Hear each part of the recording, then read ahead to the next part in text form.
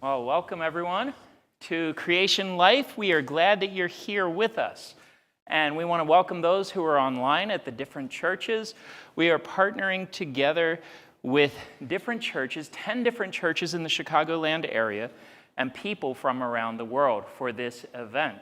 And so we're glad that you're with us. We do have a number that will get up on the screen later, and that number is for you to text in any questions you have, because we want to answer your questions as we go through this. This is a continuing series, and I'm excited for what we have in store. So for those of you who came and are live here at North Aurora, we have a little gift for you. And I briefly wanted to go through this and show you what you got. So the very first one, and I didn't even open it, is a notebook. You might have opened it yourself. It's a notebook where you can take notes and write down the wonderful things you learn through these meetings. Then you have a folder. And inside the folder, there are flyers. There's a study guide that you can do on your own that goes just a little bit deeper. And then the videos that we have for each of them. There are QR codes here you can scan to get the videos. And finally, there's a pen in there. We have our workbook, the journal. And this is a wonderful thing, a wonderful resource to have. And we use this as we go through these meetings. Ideally, a Creation Life program would last a longer time and give you time to interact and practice some things and feedback and everything like that. But tonight, these next 8 nights, we're doing a brief overview, hopefully getting you interested. And there are areas in here where you can fill out, where you can answer, and you can take advantage of the work that we're doing. So we hope that this is a resource that you'll use. We hope that this is a resource that is important to you. So those are the gift bags, and if you've come in, if you've registered, you should have one, but we're glad that you're here, and welcome. And so if you're online, if you're in the Chicagoland area and you want to come out tomorrow night at 7 o'clock, we invite you to come on out, and you can grab one of these bags too. It's not too late for that. All right, so who are we? Well, we are Hope Route. We are 5 pastors, and there's myself, we have Paul, Lo, Sammy, and Gabriel, who's not with us tonight, and Adrian. And we've gathered together. We started this over the pandemic, where we couldn't get out and do series in person. And so we gathered together and did them together online. And we had a lot of fun with that. And we wanted to continue and thought, well, why not make it in person as well as online? So this is a first for us. And I want to bring Adrian up and let him introduce the speakers, because it's not just us this week. We have some special guests who will come and share more. Well, good evening, everyone. I also want to welcome you in Josh's church, so feel at home. I want to introduce the presenters. So we reached out to professionals in Chicagoland area, doctors and leaders that will be presenting every night on the topics. Basically, creation is an acronym. So each letter will stand for the topic for the night. C for tonight will stand for, anyone? Choice. So C is for choice, and I'm going to let Josh introduce our speaker for tonight. So I'm going to go to the next, if we can have the next slide. Yes, thank you.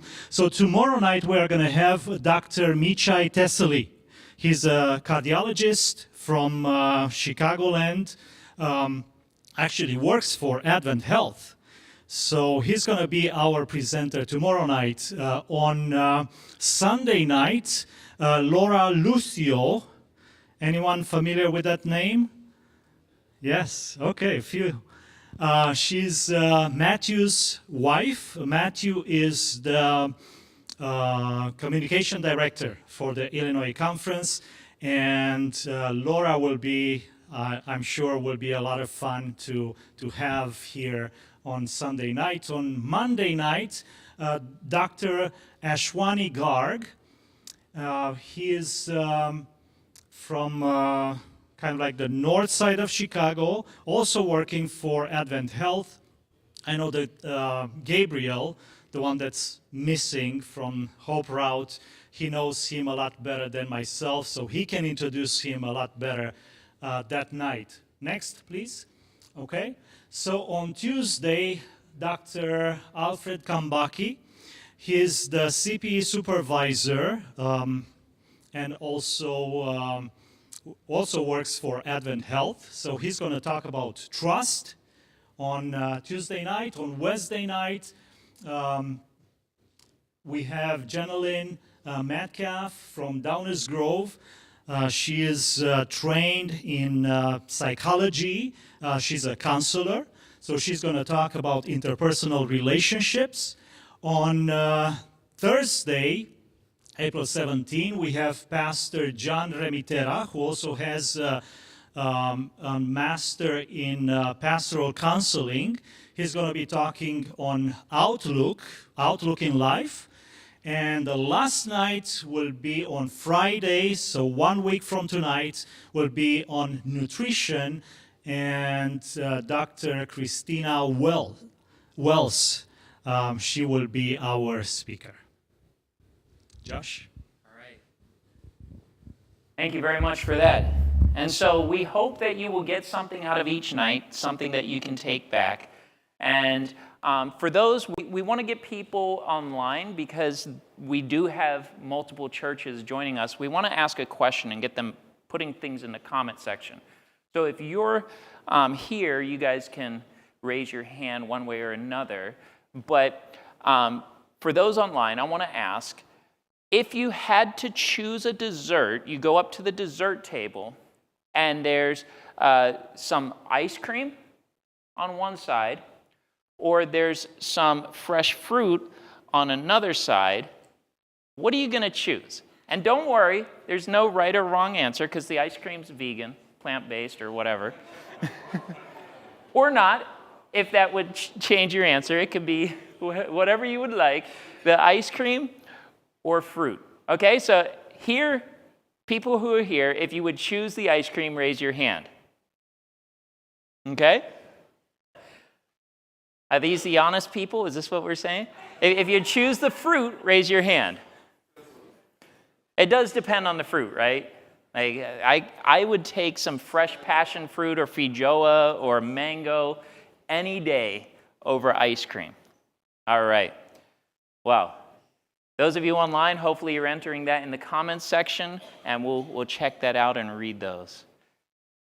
So, our speaker for tonight is Teddy Griffin, and he is the Chief of Staff for UChicago Medicine Advent Health. And in this role, Teddy is responsible for assisting the regional president and CEO in the strategic development and growth of all Advent Health assets in the Chicagoland market, collaborating with the University of Chicago Medicine and a variety of internal and community partners to optimize the total network and care across the region. With more than 10 years of healthcare experience, Teddy started his career in leadership as a leadership resident with the Adventist Health System based in Roseville, California. He served in several senior leadership roles at Adventist Health, including Executive Director of Strategy and Director of Rural Health Clinic Operations, which was recognized as having top decile patient experience in clinical outcomes during his leadership. Teddy earned his bachelor's degree in public relations and marketing from Union College, now Union University, and a master's degree in business administration from Loma Linda University in Lynchburg, Virginia. He also holds several certifications in health recruitment. He's Lean Six Sigma Green Belt and Rural Health Clinic professional. Together with his wife, Addison, Teddy enjoys playing music, recreational sports, going on adventures with their dog, Lucy. Having recently moved to Chicago late last year, Teddy is looking forward to all the diversity of the people and food Chicagoland has to offer. And he's enjoyed the wonderful Chicagoland winter. So welcome, Teddy. We're glad you're here with us today.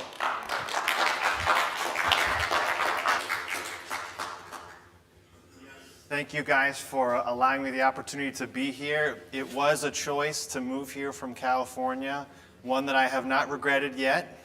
Thankfully, I've heard that this weather, the winter has been very slightly moderate compared to other winters. So I'm excited to see just how low can the temperature go. So we'll find out. Well, I want to thank you guys for being here and for really taking the first step on what this journey is going to be. I don't know how much you know about it, but you being here is a representation of already doing your part. Those of you who are here in person, those who are online, whether or not you're looking to make a radical shift or you came just to get a little bit better, the next week is really going to be focused on what are the spaces and the places in your life that are going to make your life whole. And we're going to go through that piece by piece over the next week, but I have the distinct pleasure of starting it off with one of the most difficult decisions, if you have been in this situation, and that is the decision of making a choice.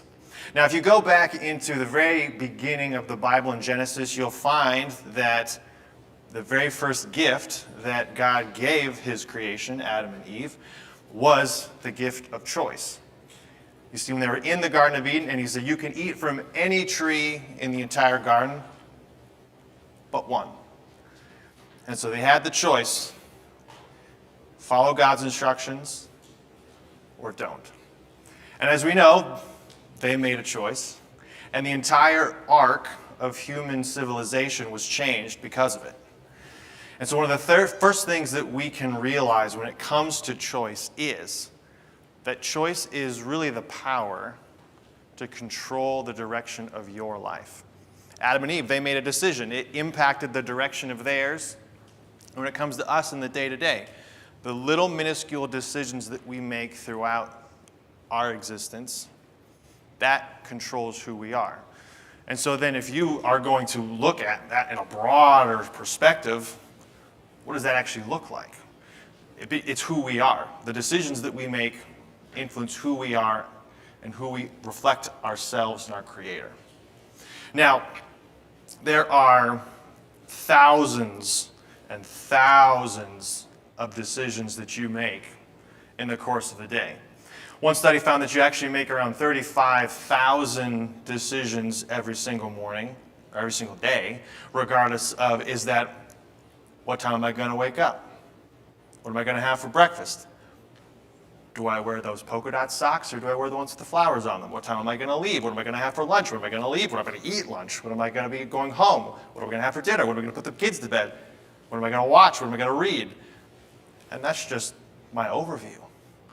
So there's so many decisions, and so when we have all these decisions that we can make, really there is a conscious and an unconscious decision of what that actually means. And so Stephen Covey, he has this whole institute, and one of the things that he wrote was, anything less than a conscious commitment to the important is an unconscious commitment to the unimportant. So if we're going to un-Dr. Seuss that language, it essentially means the grass is green where you water it, right? And so we actually have this in healthcare. We have a little idiom that we use sometimes, and that is, you permit what you promote. In other words, what you allow, what you make the conscious decision to allow and to happen, then promotes what kind of culture that organization is going to be. So what kind of decisions we make or decisions we decide not to make impact the things that we do and who we are and what we become. And so God actually has a say, believe it or not, surprise. He wants us to live a whole life. In 3 John, he said, "Beloved, I pray that you may prosper in all things and be healthy just as your soul prospers." That's a health word right there, prospering, right? So feeling that you've got abundance, that feeling that there's more there that you can give to pour out. And so this is a mind, body, spirit calling to live a vital life in abundance.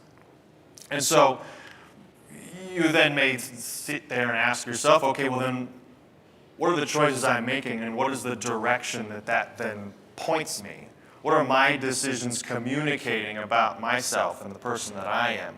Or how that impacts me in the things that I'm doing and living? So there's absolutely some good news here. And that is that the first step towards that health, that vitality, that prosperousness is choice, making the choice to do those things. So the good news is that you have that choice. So let's take a little bit of example.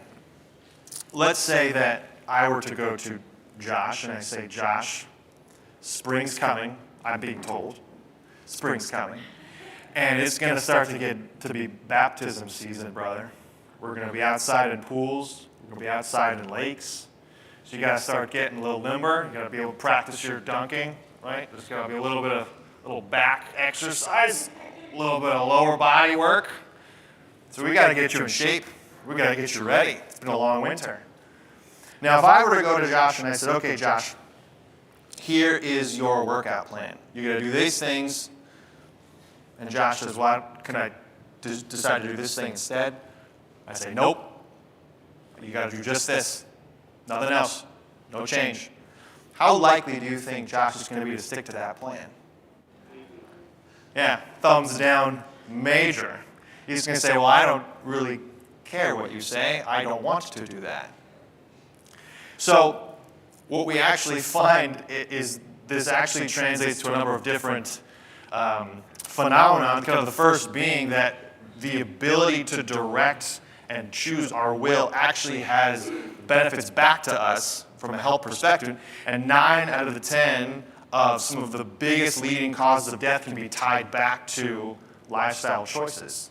So things like cancers, things like cardiac disease, things like obesity, diabetes, diseases of despair like loneliness and depression, all tie back to decisions that are intentionally or unintentionally made that then impact those health outcomes. And so we actually see this in one of the writings of a poet where he said, "Freedom is the right to choose." Archibald MacLeod said this. "Freedom is the right to choose, the right to create for oneself the alternatives of choice. Without the possibility of choice, a man is not a man, or a woman is not a woman, but a member, an instrument, just a thing." And so that's what you become. If you don't have any level of autonomy, you don't have any say, you're essentially just a dead fish flowing in the current. There's no there's no personality, there's no uniqueness to what you're doing and how you get to do it. And so we actually see this in a number of different studies. The first of all, there was a study that was done on folks living in a nursing home. What they did is they broke them up into 2 groups. The first group, they said, "Okay, you guys are going to be able to choose what you have for breakfast. You're going to choose what you do throughout the day. You're going to choose what you watch on TV, the activities you do. All up to you." The second group, they said, "We're going to tell you what you're going to do. You have no say." They did that for 18 months, and then they kind of checked back in with those folks. The group that had the choice, had the autonomy, the decision to make actual decisions on what they did, how they lived their life, they were healthier than the group that had no choice. And by extension, they then had less folks actually at the end of that study who had lived, or they actually had deceased because, part and parcel, they didn't have the semblance of control over their lives. They didn't have that say. They didn't have the impact. And so that then leads us to the thought of the theory of choice, the reality of choice. This actually has intrinsic benefits. Just like the example we talked about with Josh, there is a motivation factor where you're the one making the decisions. You're more likely to follow through with those decisions because you're the one who's making the decisions. And so therefore you actually have a say and you want to do the things that you decide to do. Imagine that. And this is actually also outlined in another study. There's a Yale surgeon who was doing some study on patients and cancer treatments. And so he was going with these cancer patients and he said, okay, you can pick which way we go on treating this cancer. And what he did was he looked at similarities and the differences in how those patients who chose, how they experienced symptoms as compared to the ones who did not, who just went along with what the doctor said. And what his research found was that the individuals who had that autonomy, who took an interest and built and went into their care, they actually experienced or perceived fewer side effects because they had the choice. It's one of the reasons why when we talk with many physicians, one of the things that is important to them, which would be important to you, is I want to have a say in how I get better, how we treat me. I want to have a say because if I'm just going along, I'm nothing but an instrument, a thing. And so there's actually health connections. We are healthier when we make the decisions for ourselves. So the choice of happiness actually allows us to live a healthier life. Now, I talked a little bit about the good news. Here's the not so good news. There are a lot of choices you got to make, right? There are 35,000 we talked about before. And let's just make a real practical example of this. When was the last time you went to the grocery store? Have you seen how many cans and jars of tomato sauce there are? I mean, dozens of brands, dozens of flavors. How do you keep that straight? I mean, you go down there and it's just like as far as the eye can see, choices. You ever been to Trader Joe's? I'm not being paid by Trader Joe's, by the way. They have no idea I'm mentioning them in public. But if you've been to Trader Joe's, part of their business model is less choice. You have 5 cans, 5 jars of tomato sauce, tops. And it's funny, they actually did a study on this at the University of Washington. And they did this with toys and children. And so what they found actually is when there were less choices, the participants actually were much happier with the product and actually went back for the same thing again with much more joy than the control group who had all the different toys to choose from. They weren't as happy. So having too much choice gets a little bit tiresome, right? It just kind of overwhelms. There's a lot of things that we have to then sort through and sift through. So the impact of those choices is good. We know this, but when you have too many, it can kind of be counterintuitive to actually making the choice in the first place. So how do we get through that? So the first thing we could think about doing is just getting smarter, get more knowledge about it, right? Do some research. Back in Proverbs, they write, a wise man is strong, and a man of knowledge makes strength even greater. So what do? We read books, we read articles, we listen to podcasts, we listen to audiobooks, watch informative programs. I like this last bullet, use the internet wisely. You know, there's one of the things I think is interesting in this day and age, if you've been keeping up with it, is the use of artificial intelligence. And I don't know where you sit on the spectrum of artificial intelligence is here to help or it's here to hurt.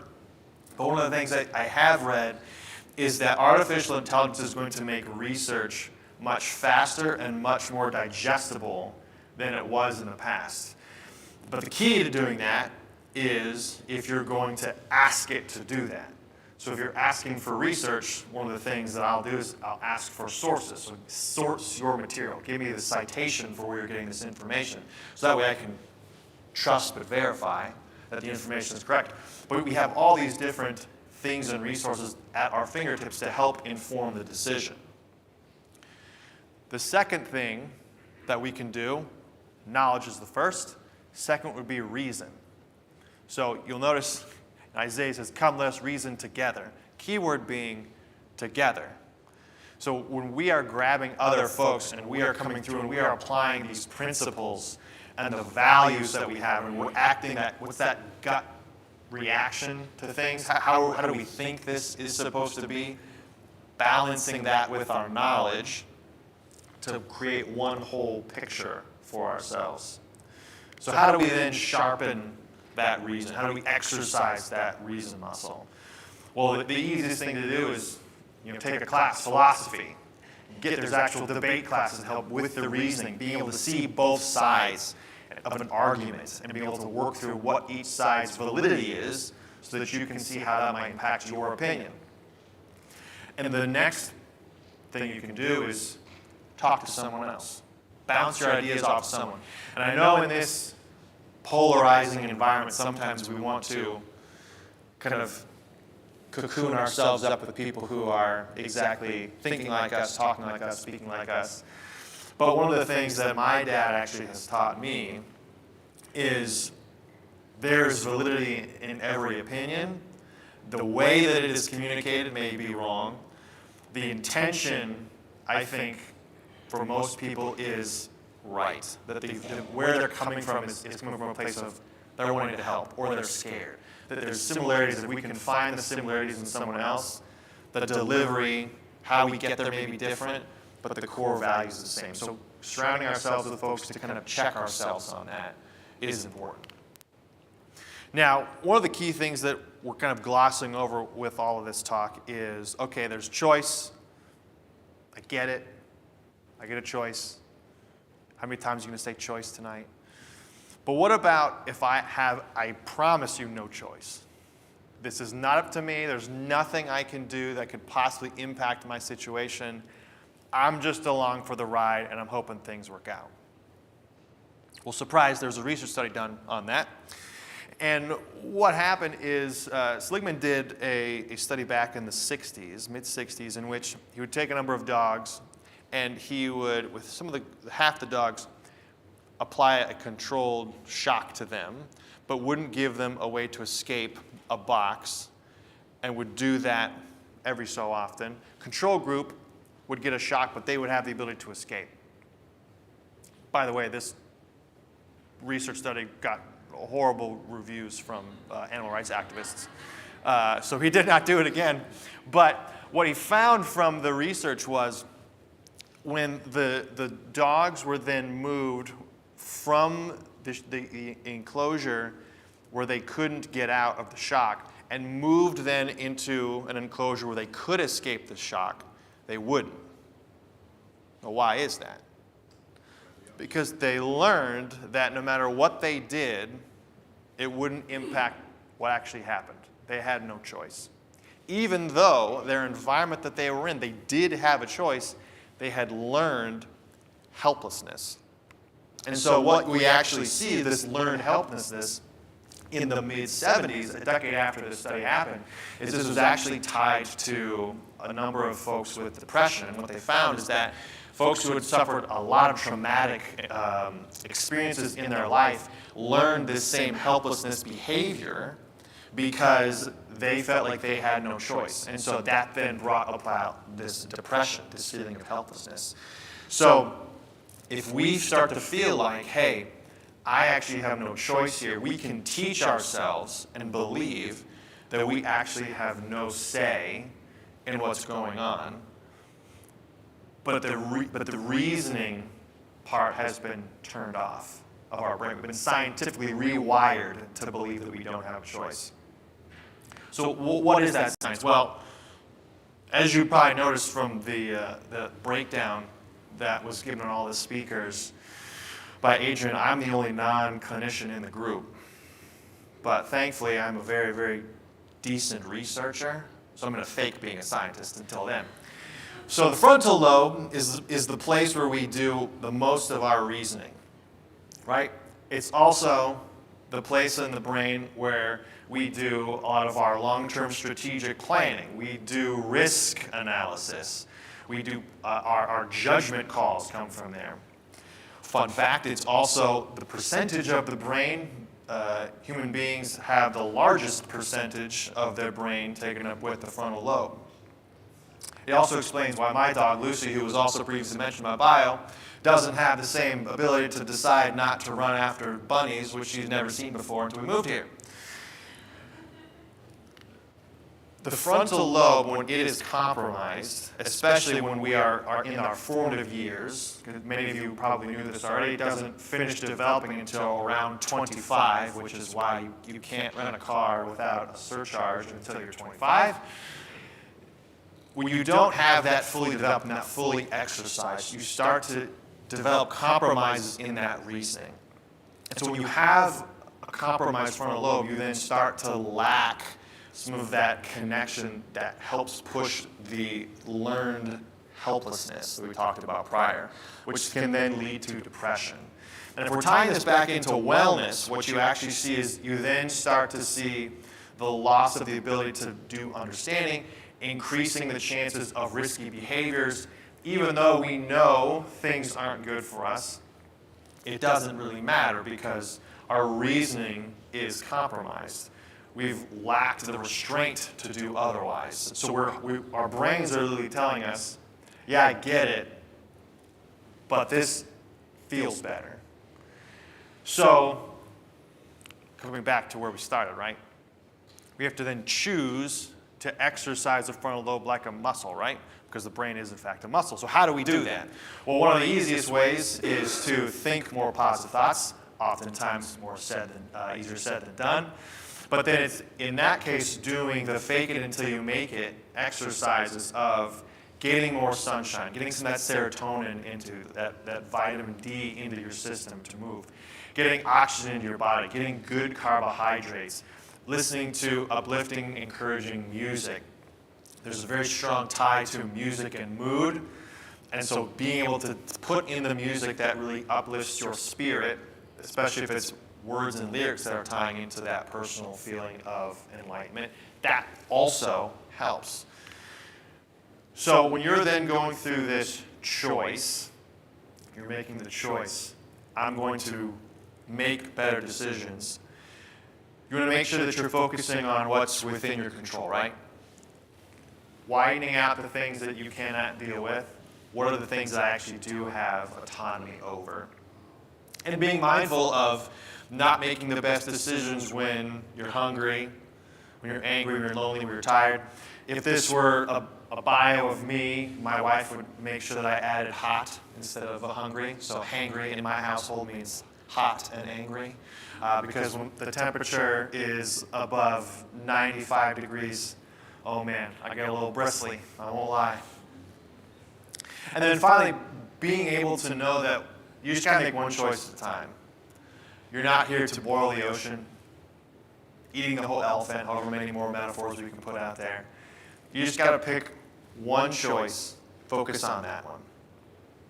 Now, that brings us to here in this moment. And I'm sure many of you are already doing some of the calibration in your brain of, okay, well, what does this mean for me? What are the choices that I'm going to make? And if you go through the rest of this series, and you're tuning in, you'll likely have that same thought every single day. How does this impact me? Gut check, how do I feel like I'm doing in this area? Is it something that I do well? Is it something that I could choose to do a little bit better? And that's part of this exercise, right? It's a self-reflection on where am I, how am I doing, being honest with yourself about what that means. And there are going to be times along your journey where you fail. I don't think anyone here would promise you that this framework with these priorities, that you're going to be 100% successful at every single aspect of the creation series. But there's someone who helps with that, right? One of my favorite Bible verses, since I was a kid, I think it was maybe the first or second one I learned, but don't be afraid, don't be dismayed, God's got me. So even though there are times where your brain is fighting you and saying, hey, this isn't going to work, this is just too much effort than it's worth, you've got God, and He's got you. And so as you try to formulate going forward, I just want to give a couple of different ways to approach the week. Because you're going to be given a lot of choices, a lot of different data points, a lot of different recommendations. As you're going through this week, the way to make it easier on yourself is you have to just take it bit by bit. So you being here is the first step on that journey. You've made the decision. I'm dedicating my time, my gas money to come here, my internet to stream this. This is important. Now I'm going to be a part of it. So now from here on, it's about taking stock in where are you and what is it that you need. Just as simple as that. What is it that I need? What do I feel called? Like this is something that I could feel like this gives me more of that vitality, more of that life. And then from there, it's just a matter of saying, okay, here are the top 2 things, top 3 things most. These things that I want to make sure that I'm prioritizing. How am I going to get there? So giving yourself a little bit of an action plan to how am I going to accomplish this. And then finally surrounding yourselves with people who are going to encourage you, people who will hold you accountable. If you follow the Blue Zones methodology, if you've heard that coming out of Loma Linda in California, Blue Zones, one of the reasons that Loma Linda is such a very specific Blue Zone is because the Adventist community there, they're just like an ant farm network. They have so many connections, and everyone knows everyone, and you're willing to go on a walking group with this person, a Bible study with this person, and they've got this cooking class, and everyone knows everyone. Like surrounding yourself with a moai, as they would call it, that life group. That's what helps make it easy. Bearing each other's burdens, right? Making it easier to help one another so that way we can experience that life. And one way when you're goal setting and you said, okay, I've got my 2 or my 3 things, these are what I want to focus on. To, again, make it easier on yourself. Follow this kind of goal setting methodology. It's called SMART goals. So you pick something, give yourself a reasonable, realistic timeline for which you're going to accomplish something.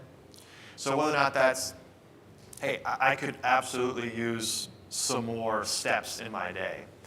And instead of saying, every day I'm going to walk 10,000 steps. That may be a lot for you, and that's fine. That's a lot of steps.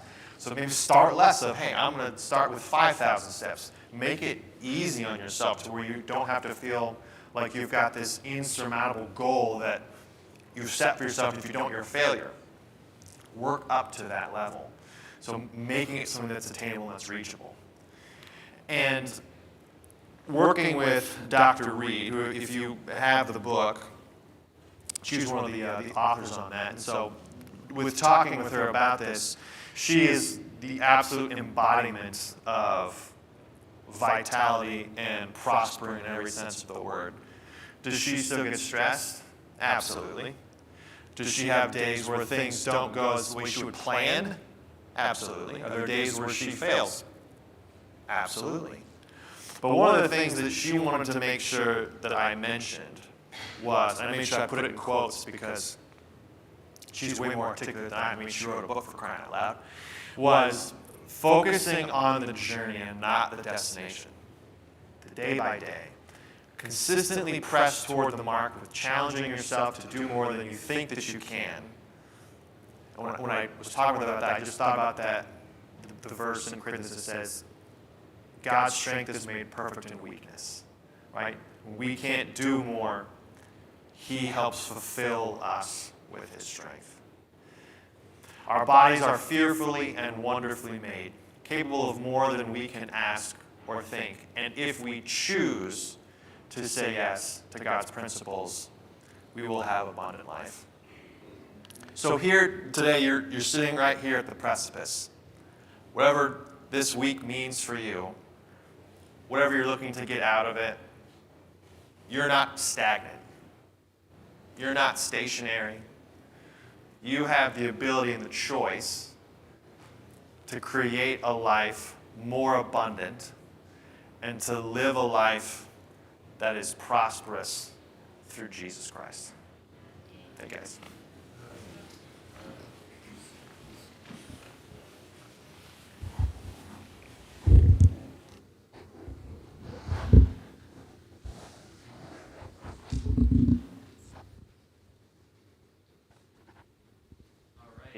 I want to welcome up my colleagues, and we're going to just spend a few moments, have a brief discussion here.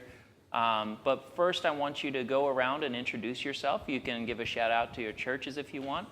I think I introduced all of them. I'm not sure I introduced myself. So, my name's Josh Voigt. I'm the pastor of the North Aurora Seventh-day Adventist Church, where we are at today. My name is Adrian Amarande. I'm the pastor of the Joliet Seventh-day Adventist Church and also the Addison Romanian Church. My name is Paul, and I'm the former pastor of a 4-church district for Illinois Conference.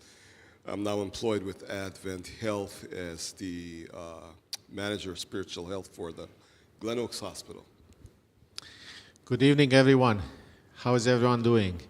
So my name is Samuel, and I have the privilege of serving 3 churches in the area. One is in LaGrange, one is in Burbank, and the other one is on the north side of Chicago. It's called the Lakeview Seventh-day Adventist Church. And I want to say hello to all my members who are watching here. All right. Well, we're glad that you guys are watching online, and we are going to have this brief discussion and have some question and answers. So you should see up on the screen that phone number. Go ahead and text your questions in. If you're here live in the audience, you can text your questions in. We'll have those for later. But I wanted to start by asking you guys a question. When was the last time in your life when you were confronted with a serious choice about how to care for your wellness? What was the process that helped you make that decision? Well, I can start last night. Last night, because I struggled going to bed on time or at a reasonable time, right? So what happens if you go to bed late? How's the following day going to go? Not so good, right? So, pray for me, because it's still a journey in my own life that, I need to be in bed and sleeping by, hopefully 10:30, 11 o'clock. So, it's still a challenge, and I'm not sure that I have a process that I can deal with it in a healthy way yet. All right. Anyone else? I'm struggling with a slower metabolism. Anyone else? So I realized that if I do my 5,000 steps or more, I sleep better, and I'm rested the next day. So also, if I don't eat after, let's say, 5 p.m. Yesterday was my youngest son's birthday, so I came home after 5 o'clock. We had a cake, and we had to wait for a little bit, so I ate that slice of cake around 8 o'clock. Do you think I felt it? I did. So I need to follow those principles or the things that I discovered that work for me.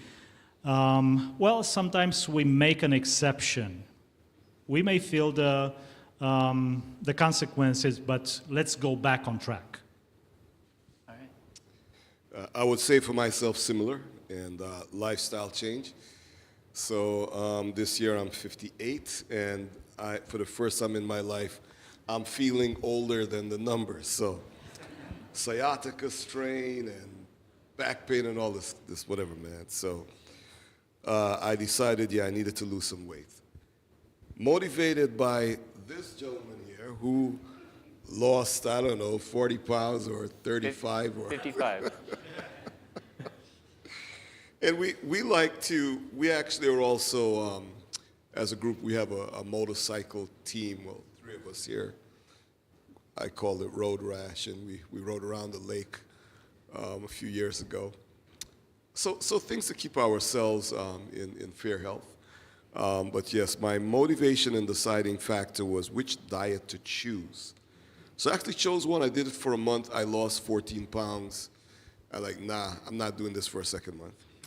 So now I'm gonna pattern Josh's program and see how that works out. So the power of options, right? Teddy spoke about choices. The power of choice and option is a blessing. Yeah.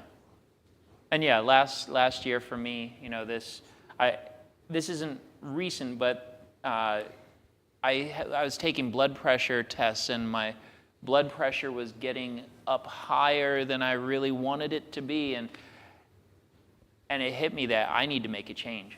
And so I went to a health retreat, and I went down and saw a doctor at Southern, a sports medicine doctor who helped me, and helped me get back on. So taking actual steps that would change my life really did make a change. All right, I want to ask one more question, and then we'll get into the questions and answers. So what barriers in life keep you from making change?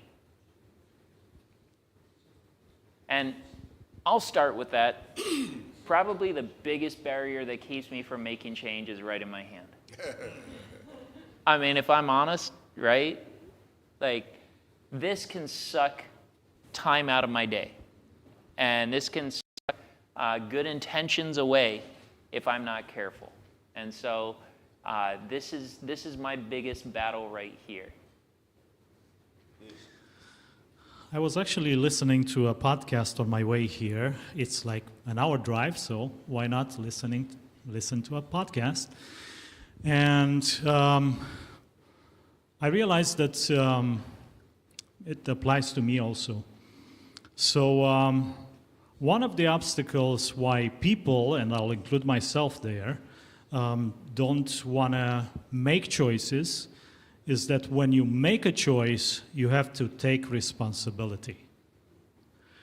So I don't really like to take responsibility. I would rather blame Josh or someone else, right? Because of what happened to me. But when I make choices, I need to assume responsibility for the consequences. All right. Gosh, that's kind of like a trick question, bro. That's all right. If you don't have an answer, we'll go to Sam. Choices and options are a blessing, but too many choices and options tend to leave you, kind of, what they say in preaching again, Sammy? The paralysis of analysis. Yes. Yeah. The what? The deer in the headlights? The deer in the headlights. Yeah, too many choices can sometimes immobilize you. So that's a challenge for me when I have many options to choose from. So recently, in the last, let's say, couple of months, I have started to become aware of some issues in my own life that also cause some kind of paralysis of, action. And does anybody here struggle with procrastination? No. Anybody? Never. I'm an expert.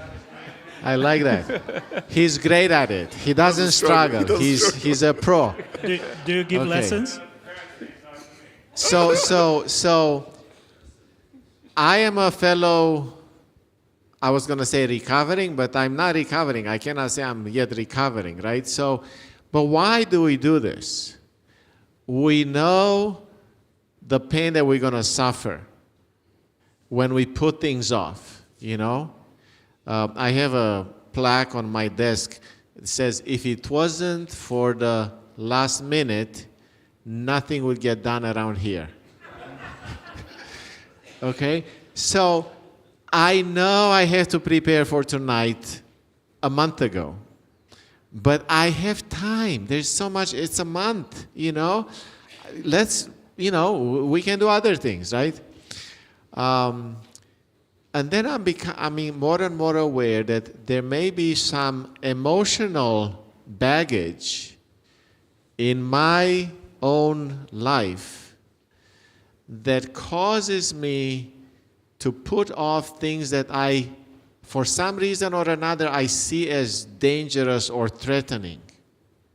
Okay, so what is threatening about being here? Well, what if I say something silly or stupid? You know, like, so if I prepare, I better prepare well. And I don't feel like preparing well right now, so that's why I'm going to do it tomorrow, because tomorrow I'm going to be in a better frame of mind to prepare well. So you get into this vicious kind of a cycle that I know it's not healthy. So a barrier is perhaps my lack of awareness as to what's going on inside of me. You know, we have the cerebral cortex, the ability to choose, but the reality is also that underneath that, at a deeper level, we are feeling beings as well. And if when we are growing up, you know, those are the first areas that are actually developing in a being, right? Not the thinking part, the feeling part. And if we are hurt, then that's going to affect everything. Now, choice, right? We talk about choice. I think the important thing here is to recognize that God created us with the ability to choose. God wants us to make choices. God wants us to make decisions today. And sometimes perhaps He's allowing a little pain to come our way to wake us up to the fact that something is not working well. So when I'm hurting, I say, you know, what's wrong?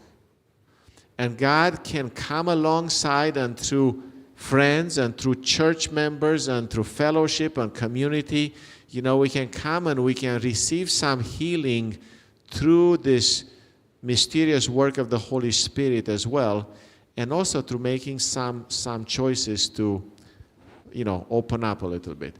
I hope it makes sense at least to one person here. All right. And I've just got one more brief question. We're pastors, so we can speak a long time, but you guys have like 30 seconds. I'm going to 10 seconds to answer this question each, okay? So one of tonight's elements of the presentation mentioned rewards for making good changes. Sometimes our go-to feel-good rewards might be, let's go get ice cream down the street or something. Let's have sweets, you know, something that's not necessarily good for us. So what are some small creative rewards that are not food? So not food, because, you know, rewards that are food generally aren't, I'm going to eat some broccoli. So what rewards could we put in our lives for making good choices that aren't food? Well, affirmation for sure, and that may not come from me, but I think that's our role in empowering others. So we really should be ready and proactive to affirm others, because it feels good. Okay. Someone says to me, Paul, your belly's getting smaller. Oh, man, thank you. All right, and you stuck to the 10 seconds. Good job. Anyone else? Well, there are 8 laws that we are going to talk about. So food is just one of them. I don't know if whoever sent this question, if they like exercise. Maybe, you know, I know someone close to me in my family who says, you know, I don't like to go to the gym. I don't like to sweat, but I like a good walk. Do a walk. You know, something that you enjoy. You know, I can give some examples, but they may not be the rewards for the person who asked. So, you know, maybe kind of like do an assessment or an inventory. What do I like besides food? And then choose something that's healthy.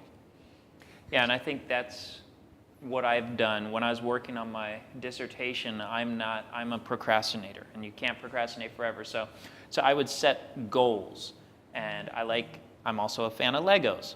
So if I get this done, I can build a Lego set or something. And it helped me do it. So just adding something in my life I enjoyed. Yeah, something that I do, and especially now that spring is coming, I'm sure. He mentioned that we enjoy riding motorcycles. So there are things sometimes that need to get done, and I say, okay, I have to do this, and then I'm going to go take a motorcycle ride. Or I enjoy playing soccer and watching soccer, but soccer games are very long, like 2 hours in length. So I don't have that kind of time, but I can watch highlight on YouTube. So if I finish this, then I can watch, 10 minutes highlights of such and such a game. All right. So we're going to go into our question and answer to finish up, and I want to invite Teddy back up to be with us for this. And again, the shorter we answer these questions, the more questions we can get in. So I'm going to jump in with this first question. Putting goals on paper has proven to be effective in helping one achieve their goals. Some people create a personal mission statement and review it each year. Do you do any of these or something else? What do you do for goals? I can start. I know my wife is big into yoga, and one of the words in the yoga community is intention. And so at the beginning of the year, we don't have New Year's resolutions. We have New Year intentions. So that way, again, giving yourself some grace, what's attainable. And so there's usually one sort of what's one stretch intention that we want to make. And so that may be learning a language or learning an new instrument or things like so. Giving yourself some level of thing that you'd like to do, like to have it, and writing it down absolutely there's science behind that. Yeah. So I think for us as pastors, that we work 1 day a week, right? So that's a joke. What I want to say is this. Our schedule is very unstructured, right? So it's very easy to procrastinate. It's very easy to let the day go by. For me personally, it helps me the night before I told you I don't go to bed early, so I'm not going to mention what time, but the night before, sit down and say, hey, tomorrow, these are the things that need to happen, and then these are things that I would like to happen, then these are things that are important, and these are things that are urgent, okay? Sometimes I put this important because sometimes we let the urgent things push away the important things. Meaning that, if a phone rings, then I have to pick it up, No. If I am doing something that's important, remember in the Bible, in the book of Nehemiah, somebody's calling Nehemiah down from the wall and says, no, I'm doing a work that's important. I'm not going to come and talk to you. And it's okay. If I'm doing something important, I have permission to say no to you. Even if you're my church member and, you need me. I think one of the best things for me was, I learned this from a professor over at Andrews. And he said, work on what you're good at. And find other people to fill in the areas that you struggle at. And I am not organized. And so I have an administrative assistant who's here who keeps me organized. Thank you. Yes, thank you so much. And my life who is before, she? Or he? She's here somewhere. I can't see her right now. She's here. The person who said has procrastinated? No. But my life before I had her, I spent the majority of my time trying to organize my life, trying to get phone calls scheduled, visitations, and really was inefficient in doing ministry. And so when I was able to give organization to someone who's good at it and focus on other things, I've never been busier in my life.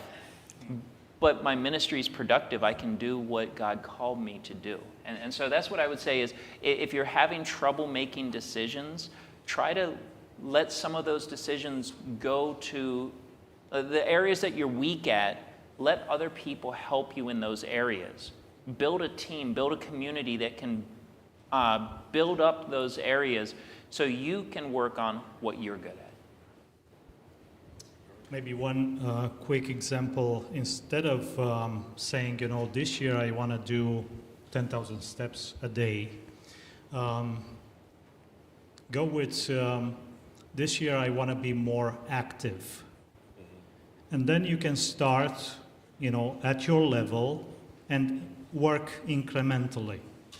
Add more. Or, and then it gives you more choices. You can add a sport. You can add something else that is part of that being active.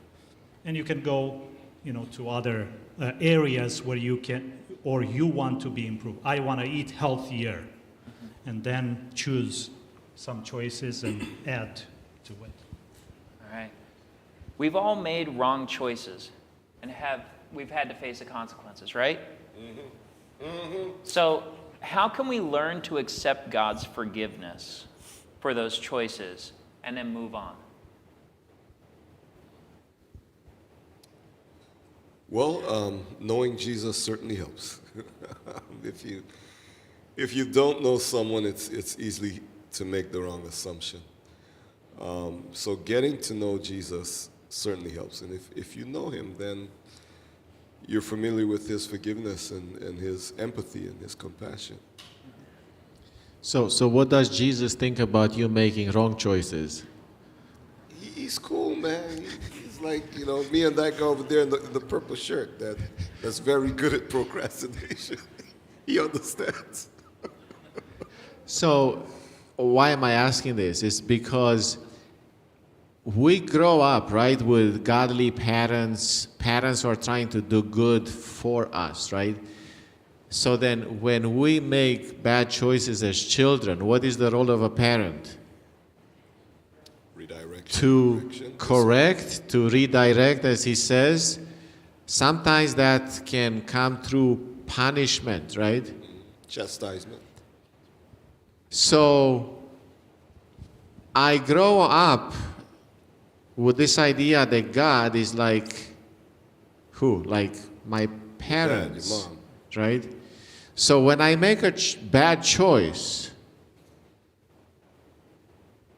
God is gonna zap me. But that's not who God is, right? So I think many of us struggle with this, and I feel the quiet in here. God is still loving us. God is still accepting us, even when we mess up. So the question, I think I have it here, how can we learn to accept God's forgiveness for those choices and then move on? Knowing that, yes, we messed up. Yes, God loves us still. And God wants us to do better. And he's not condemning us. The Bible says there's no condemnation for those who have a relationship with him. We are his children. He knows that we are dust. So know that God loves you. There's nothing you can do to make him love you less or love you more, because he already loves you so much. And there's tremendous, this idea that God accepts me with my weaknesses, with my faults, brings tremendous freedom to make a better choice next time. Can I reference another podcast? Someone was talking about the difference between forgiveness and reconciliation. And was saying basically, Jesus forgave us at the cross. No question asked. Unconditional forgiveness. And he gives that to everyone. But then reconciliation takes two people. So that's where we come in.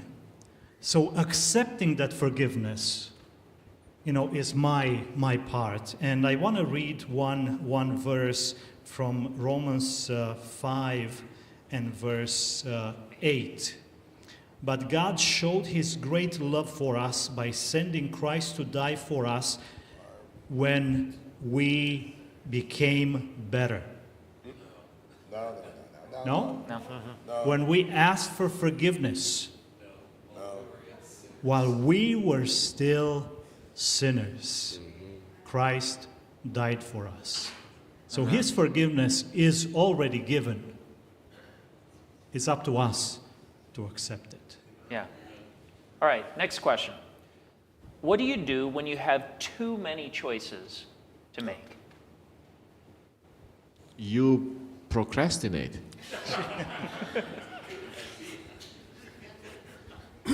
Yeah, but we're trying to come out of here better. You prioritize. How do we prioritize? Well, you look at what's most beneficial and what's least, and you X off the least. Right? Not that one. Nope, not that one. Not that one. I have 4 left to choose from now instead of 8. And you continue to narrow towards what is most beneficial. Prayerfully, of course. Okay. And I think a lot of it also is giving yourself permission to have things not work, right? I think in the, so many articles are the best toothbrush. That insinuates that they are not the best toothbrushes and you may have it. And so when we go into that mindset of there is one ultimate choice, and if you don't choose that one, you are choosing lesser. I think we need to give ourselves the permission to try and fail or try and not like, and be able to give ourselves the flexibility to say, okay, as long as I'm still moving, that's still progress, even though I may not be doing the thing that I thought. The act of still making the intention, the action, is still progressing yourself forward. So if someone advertises this is America's something, if I choose something else, does that make me less American? I guess it's the eye in the beholder, isn't it? Yeah. Yeah, so going back to the pasta sauces or tomato sauces, when you're in the store trying to choose something, there have been times, not with sauce, but others, where I'll do a quick Google search. What should I choose? Because I'm standing there and I don't even know what to choose. But I think sometimes we're so paralyzed by so many choices, just pick something and move forward. Try one. If you don't like it, get something different the next time. So. Or, you said you Google, but I also look at the reviews, what other people experienced. Maybe I have someone in my life who I trust, and I have so many options, and I can go to a mentor or a friend that I trust and say, help me sort through some of these things. And a counselor, a helper, will be there. Awesome. So here's another question. What do you do when you don't feel you have any choice? Like, we talked about maybe a dog that doesn't have choice, but what do you do when you feel like you have no choice? You're in a situation you feel like there's no choice.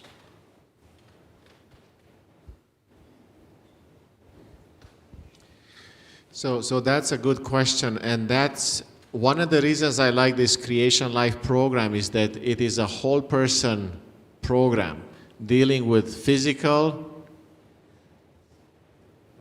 mental and spiritual, yes. Physical, mental, and spiritual. If I feel that I don't have a choice, I remind myself that my Father in heaven loves me.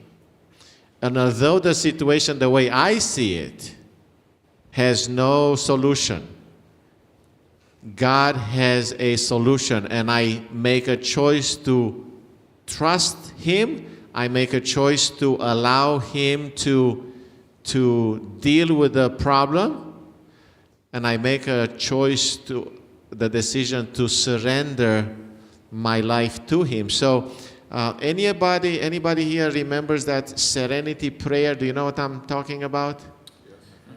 It says something like, God, grant me the serenity to accept the things I cannot change. Give me the courage to change the things I can, and give me the wisdom to know the difference. So yeah, sometimes in life we may feel like we have no choice, and that is, if you are a Christian, then our Father God, we can go to Him with that perplexing matter.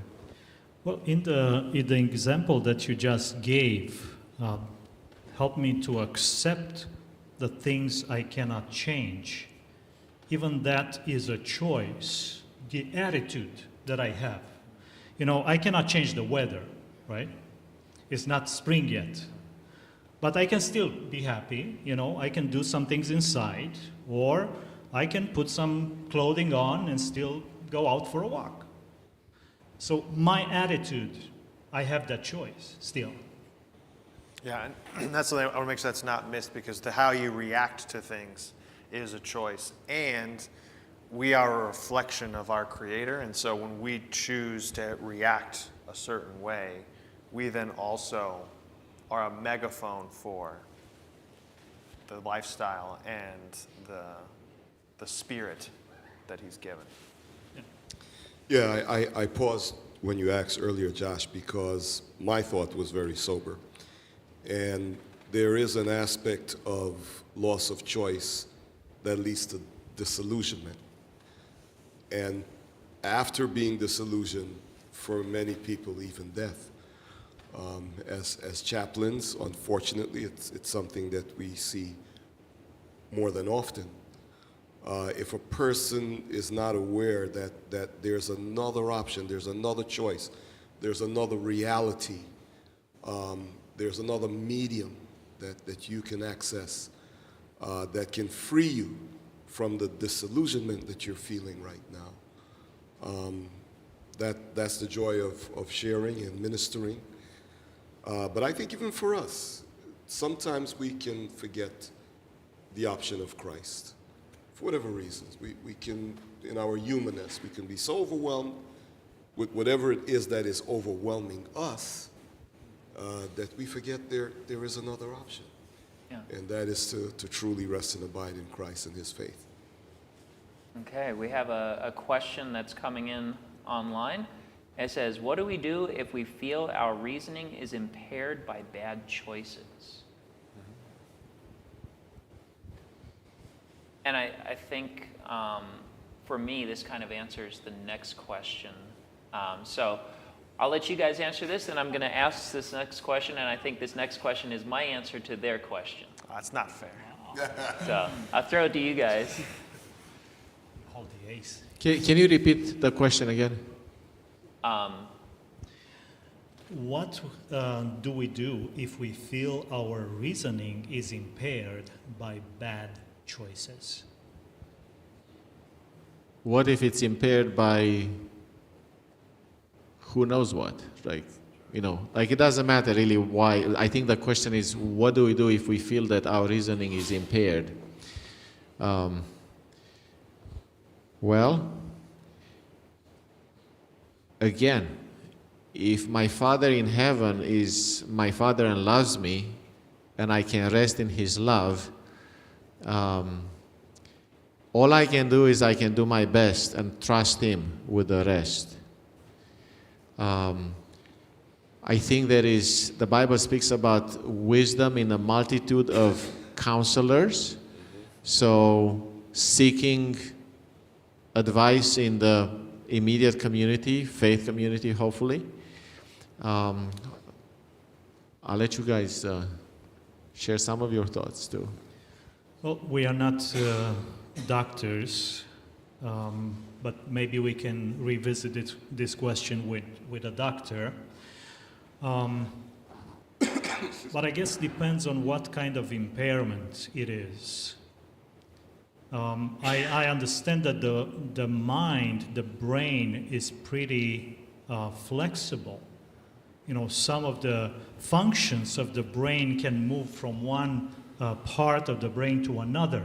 So you have people that went through an accident and they lost, motion or some, abilities, and then the brain kind of relearns even if one side is affected. So that flexibility of the brain is, again, a marvel of God. I think we need to include God in every decision. Ask God for, wisdom, ask God for healing, and, again, surround yourself with people that will help, people that know what they are doing and are experts in that area.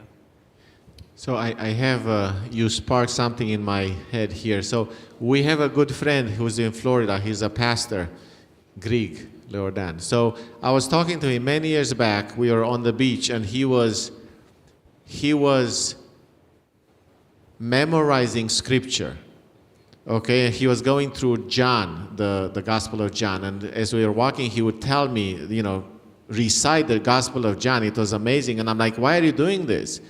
And he told me, and I think he would tell everybody this, that when he was in his youth, he was kind of a drunkard, and he said, alcohol killed my brain, and my memory has been so bad.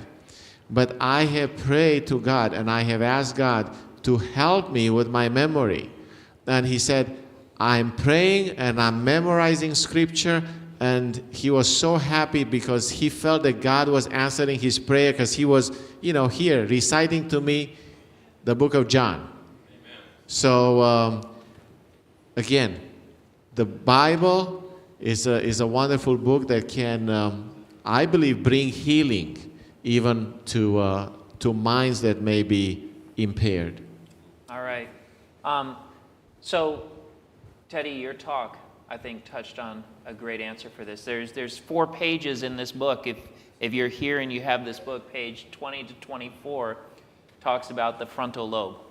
And, if we're impaired in our decision making, we should do what we can to exercise and to train and to nurture and give the best environment to our frontal lobe. So that's a second answer that I have. But this final question, and we got to be real quick with this. How can accountability support groups help us make decisions, help us make choices? And this would be my answer to the person who's impaired. If you find that you're not able to make a decision, delegate that decision to someone you trust. It might be a health professional. It could be a psychiatrist. It could be a loved one. But find someone that you trust to help you make that right decision and delegate it to them.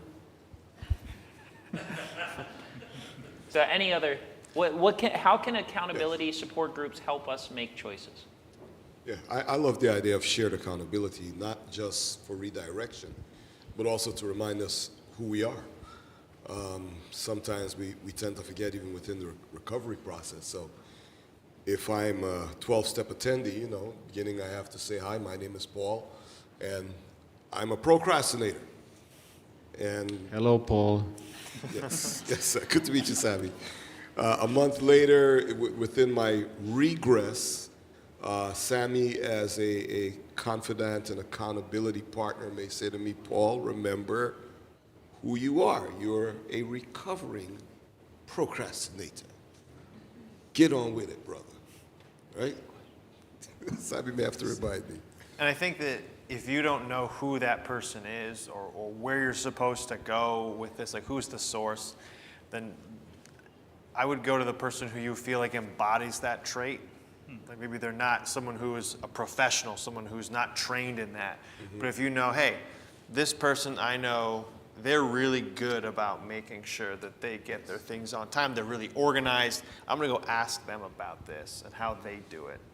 And that's at least a place to start. Mm-hmm. The person that does it well, in your opinion. Beautiful. All right. Well, I want to thank our panelists, pastors, Teddy, for being up here and taking part in this question and answer. I want to thank you guys for sending in questions. I know there were a few that we didn't get to. We'll try to answer those in responses. Thank you for sharing those.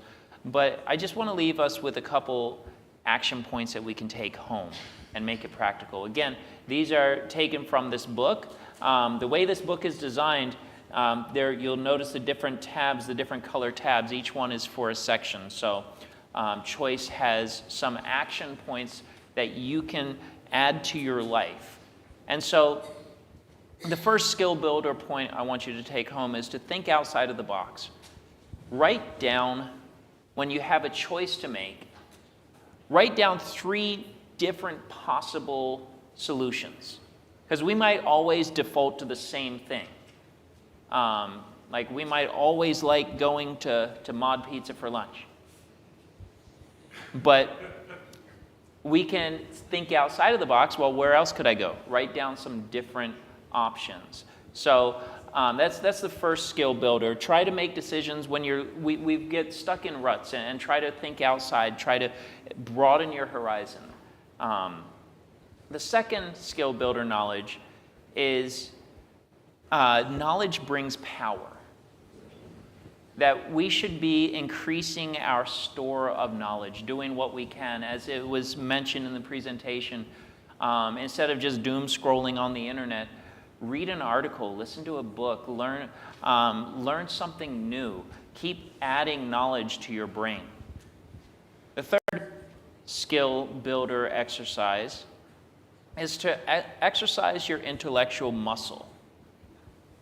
So sometimes we come to decisions and we don't have all the knowledge we need. We don't have all the information we need to make a choice. So what do we do in those moments? And in those moments, we need to use our reasoning and principles, the common sense, to help us make decisions. And so we want to build our common sense. We want to build our principles. We want to build our reasoning. And for me as a pastor, a great place to do that is in the Word of God.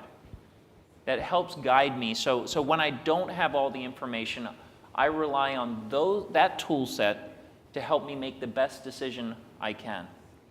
And finally, step 4, and we talked about it, is the frontal lobe. Skill builder 4.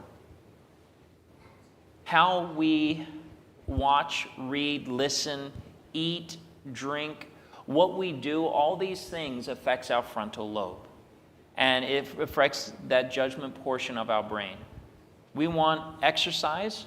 We want good food. We want rest. We want water. We want sunshine. We want the creation in our life. And so take some of these. Try some out.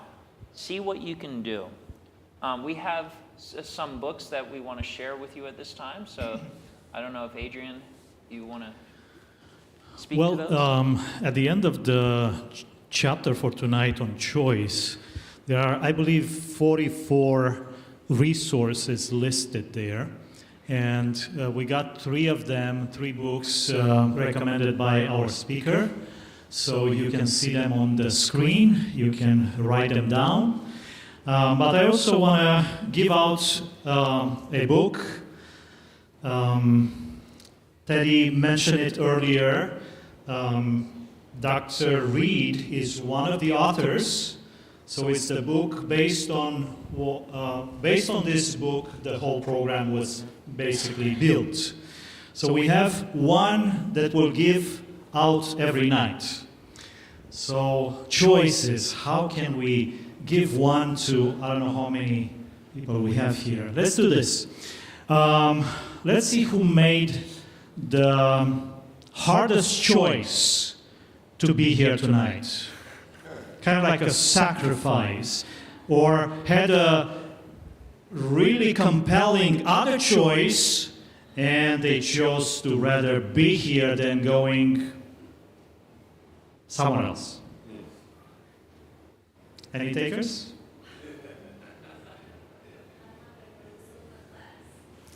So you chose to be here instead of Zumba class. Okay. Anyone can beat that?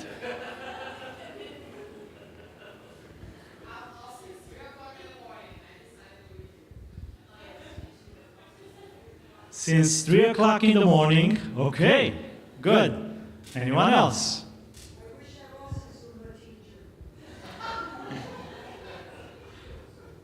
Was that a choice? No. Okay, so we have two. Anyone else wants to add their name? Okay, so between the two, which one do you think?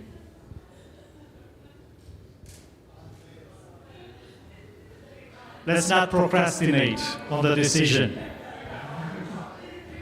3 o'clock in the morning, sounds good. How many are for the 3 o'clock in the morning? Okay, how many are for the Zumba class? 3 o'clock in the morning is? What's your name? Welcome. All right. And again, we want to thank you for coming, for joining us.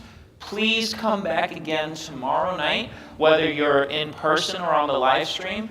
Please join us again tomorrow night for rest and continue this journey. Take these books, use these books. When you come back tomorrow night, we'll have another study guide that's in the folder. We'll have another one for you. Teddy, I want to thank you so much for coming and being with us. Guys, thank you for being here. And I just want to leave you with a blessing.